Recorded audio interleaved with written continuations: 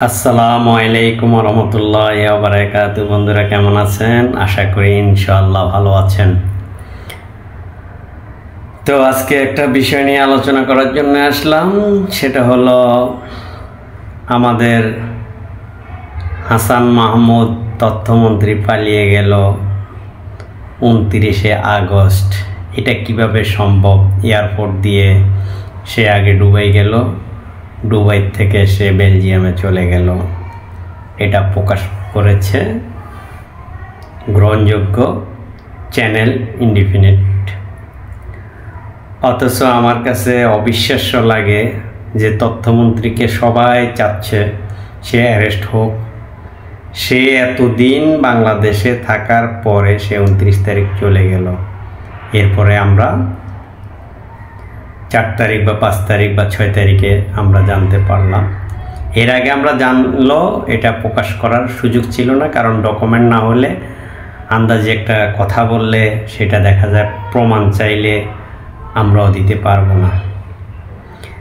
তাই আমাদের বর্তমানে যে সরকার, সেই সরকার একটাই ভুল করেছে, সেটা হলো এয়ারপোর্টগুলোকে সরাসরি মানা করে দিত যদি, তাহলে কিন্তু এরা পালানোর সুযোগ ছিল না। তারপরও উনি তো আর যাতা লোক না, উনি কিভাবে গেল, কার মাধ্যমে গেল, এয়ারপোর্টের কোন কর্তৃপক্ষ তাকে এই সুযোগটা দিল, সেটা রহস্য বাইর করাটাই জরুরি আমি ব্যক্তিগতভাবে মনে করি। আর আমাদের সাবেক স্বৈরাচার প্রধানমন্ত্রী তিনি বলছেন আমার কিছুই দরকার নাই, আমার কিছুই লাগবে না। অথচ সে এত টাকা বাংলাদেশে মেরে দিয়েছে যা কোনো সরকার মারে নাই।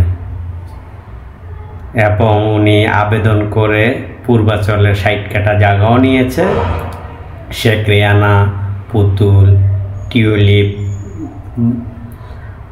বোনের মেয়ে এবং পুতুল জয়ের নাম সহ 60 কাঠা জায়গা পূর্বাচলে আবেদন করে নিয়েছে। তো যাই হোক, সব মিলে আমরা আসলে আমাদের ছাত্রদের যে আশা আকাঙ্ক্ষা, সে আশা আকাঙ্ক্ষার মধ্যে যারা এত নিষ্ঠুরভাবে দেশটাকে গজব করে দিয়েছে এবং এতগুলা মানুষ পঙ্গু মারা গেল এবং এখনও হাসপাতালে কাতরাচ্ছে, অথচ এয়ারপোর্ট দিয়ে কীভাবে তারা চলে যায়, আমি এটা আসলে তীব্র নিন্দা করতেছি।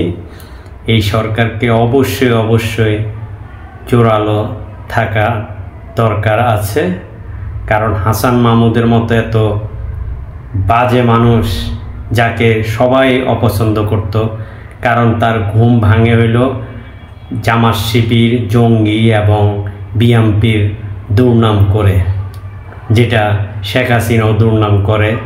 প্রতিদিন শেখ হাসিনা মিথ্যা কথা না বললে তো তার পেটের ভাতে হজম হইত না, তার মধ্যে হাসান মাহমুদও অন্যতম। অথচ কালপিট চলে গেল, আমরা কিছুই করতে পারলাম না।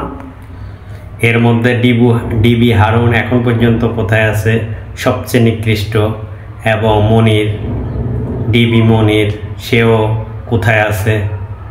সাবেক ডিবি মনিরুল।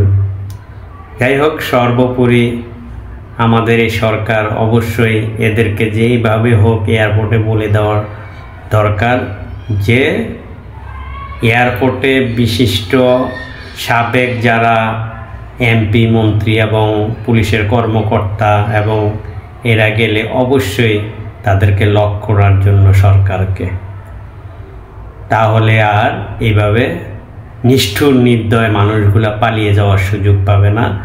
অথচ যারা মেন অপরাধী তারা পালিয়ে গেল, ওবায়দুল কাদের, তারপর হাসান মাহমুদ, এদিকে স্বরাষ্ট্রমন্ত্রীও হয়তো বা 2 দিন পরে অনেকে বলবে যে পালিয়ে গেছে। তো যাই হোক, আমার এই জিনিসটা শেয়ার করবেন, যারা সাবস্ক্রাইব করেন না একটু সাবস্ক্রাইব করবেন, আর বেশি বেশি প্রতিবাদ করেন। অবশ্যই প্রতিবাদ করলে আর একটু সরকার টনক নড়বে। ধন্যবাদ।